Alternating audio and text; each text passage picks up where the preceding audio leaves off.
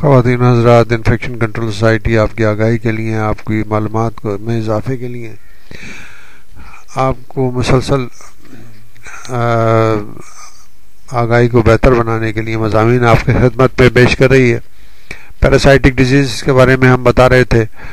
سب سے جو خطرناک ڈیزیز ہے اس میں ٹیپ ورم ڈیزیز میں، وہ ہے ایکانوکوکس گرانولوسس کی، جس کو ڈاگ ٹیپ ورم بھی کہتے ہیں۔ یہ کامن ہے ایشیا میں، آسٹریلیا میں، ایسٹرن افریقہ میں، ساؤدرن اسپین اور southern part of the south America اور northern part of the north America میں یہ کامن ہے۔ انسیڈنس جو ہے نا 1 to 2% پر 1000 پاپولیشن کا ہے اس کا۔ ہائر رورل ایریا میں اس کی انفیکشن ملتا ہے۔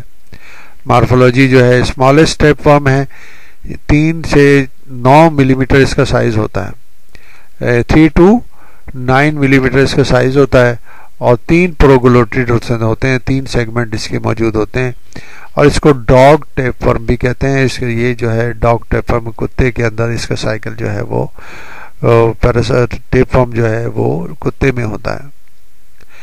لائف سائیکل طرز حیات جو ہے خاص طور پر جو ہے وہ یہ ہے کہ اس کے جو ورم ہیں وہ ڈومیسٹک اور وائلڈ کارنیورس اینیمل میں موجود ہیں۔ کارنیورس وہ اینیمل ہوتے ہیں جو گوشت کھاتے ہیں، اس کے سادہ سی مثال ایسی ہے کہ جیسے اگر کسی آپ گوشت کی مارکیٹ میں جائیں، میٹ کی مارکیٹ میں جائیں، وہاں پر آپ لیور وغیرہ دیکھیں بعض دفعہ، اور لیور وہاں پر ٹنگے ہوئے ہوتے ہیں، اس میں بعض دفعہ آپ کو وائٹش جو ہے نا سسٹ نظر آئے گی۔ وہ سسٹ جو ہے وہ لارول اسٹیج ہوتی ہے اس ٹیپ ورم کی۔ بچرس عام طور پر کیا کرتے ہیں کہ اس کو جو ہے نا وہ جو سسٹ ہوتی ہے اس کو وہ چھری سے کاٹا اور وہیں پہ اسٹریٹ میں وہاں پر جو موجودہ جگہ ہے ہمارے جیسے کنٹریز میں وہیں پر پھینک دیتے ہیں۔ وہاں پر کتے وغیرہ جو گھوم رہے ہوتے ہیں اسٹریٹ ڈاگس، وہ اس کو کھا لیتے ہیں۔ وہ لارول اسٹیج جو ہے وہ ان کے پیٹ میں جا کے، ڈاگ کے پیٹ میں جا کے وہ ایڈلٹ ورم میں کنورٹ ہو جاتی ہے۔ ایڈلٹ ورم میں کنورٹ ہونے کے بعد جب کتے وہاں پر جو مارکیٹ کے اندر گھوم رہے ہیں وہ فیکل میٹر پاس کرتے ہیں۔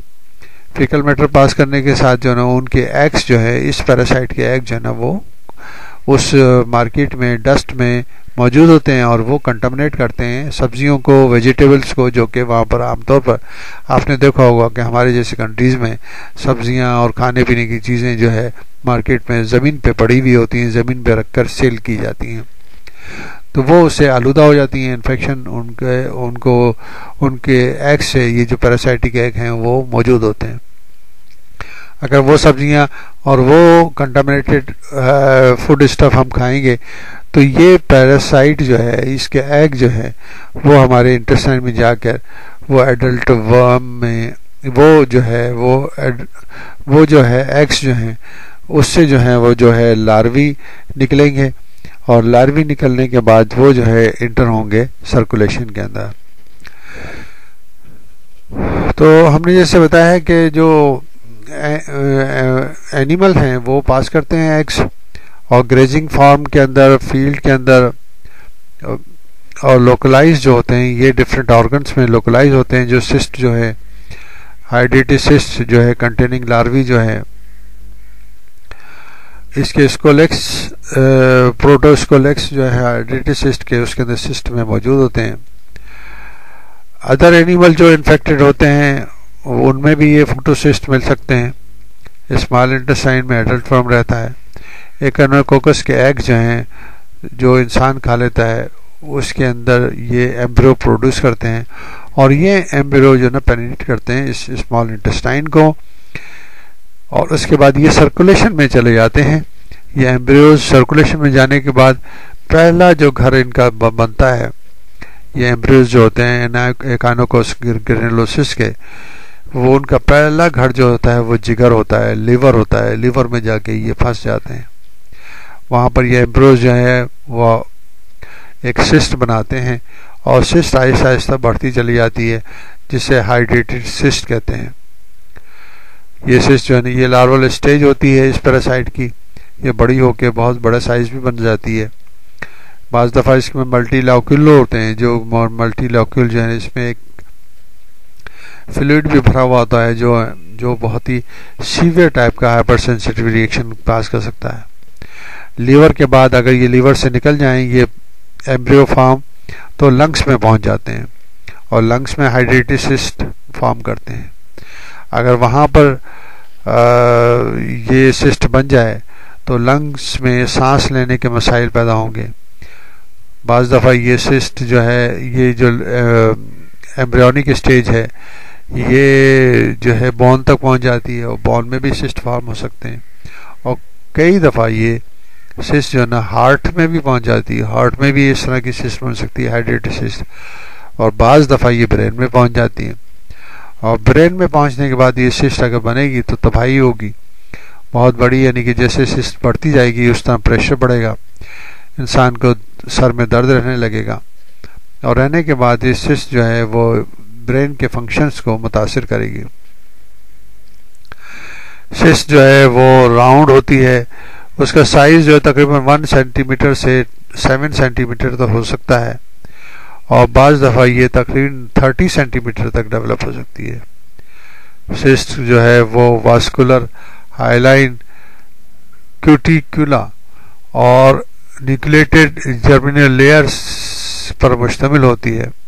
اس کے اندر ڈاٹر سسٹ بھی بن جاتی ہیں جو کہ جرمینل لیئر سے بنتی ہیں اور اس میں بروڈ سسٹ ہوتی ہیں جس میں لاروا ہوتا ہے جو کہ اس کے اندر گرتے رہتے ہیں اور جس کو ہائیڈریٹڈ سینڈ کہا جاتا ہے. مین انسان کے جسم میں بہت ہی خطرناک قسم کی کمپلیکیشنز پیدا کرتی ہیں. علامات کیا ہیں اس کی؟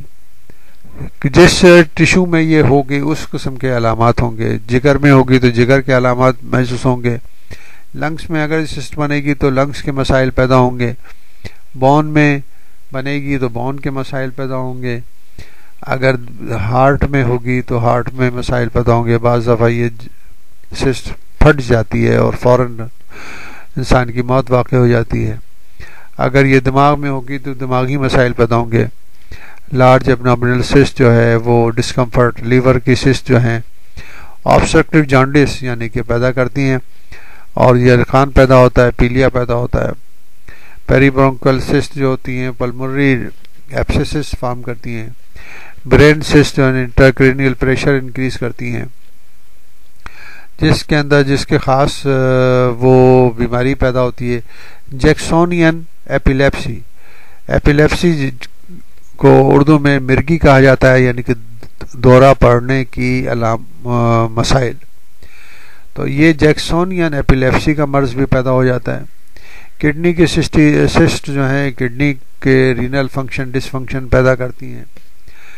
اس طرح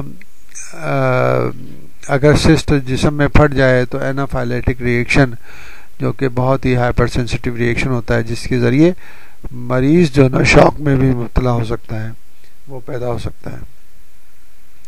ڈائگنوسس جو ہے وہ بہت ہی اہم طریقہ یہ ہے کہ اگر لیور کی سسٹ ہے تو وہ ultra sound, X ray examination اور بلڈ ایگزامینیشن سے ڈائگنوسس ہو سکتی ہے.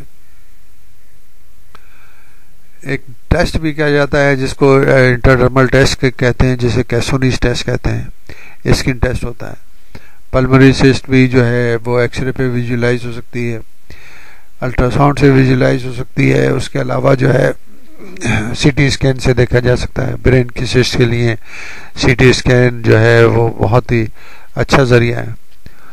تو یہ مسائل جو ہیں وہ ڈائگنوسس جو ہے اگر وہ کر لی جاتی ہے تو پھر اس کا ٹریٹمنٹ خاص طور پر سرجیکل ٹریٹمنٹ ہوتا ہے اس وسرا کا جہاں پر یہ سسٹ موجود ہے اور اس سسٹ کو نکالا جاتا ہے. اس سسٹ کو نکالنے سے پہلے 10% فارملین انجیکٹ کیا جاتا ہے تاکہ وہ سسٹ جو ہے کہ اس کے اندر ساری چیزیں جو ہے نا وہ ختم ہو جائیں، مر جائیں. اس کا بعض دفعہ جو ہے یہ جو پیرا سیکوینٹرل ڈرگ بھی دی جاتی ہے وہ بھی افیکٹو ہو سکتی ہے.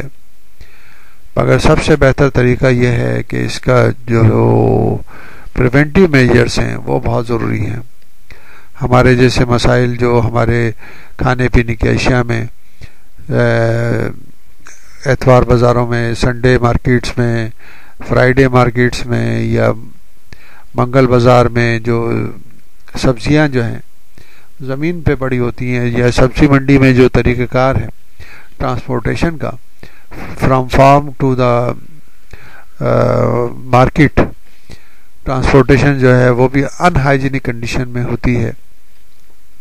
تو اس میں بھی چانسز ہوتے ہیں کہ یہ ہماری جو ویجیٹیبلس ہیں، ہمارے فروٹس ہیں، وہ کنٹامنیٹ ہو جائیں اور ہم جو ہے ان بیماریوں کا شکار ہو سکتے ہیں. تو بہتر یہ ہے کہ وہاں پر اویئرنیس پیدا کی جائے.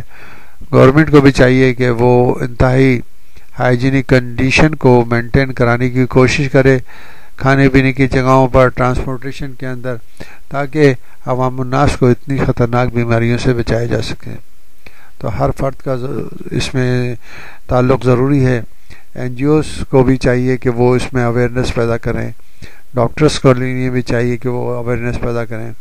ہماری کوشش مسلسل یہ ہے کہ ہم اپنی سائٹ کے ذریعے عوام الناس کو اس بیماری کے بارے میں، ان بیماریوں کے بارے میں بتاتے ہیں، تاکہ آپ لوگ اپنی صحت کو بہتر کر سکیں اور بیماریوں سے بچ سکیں.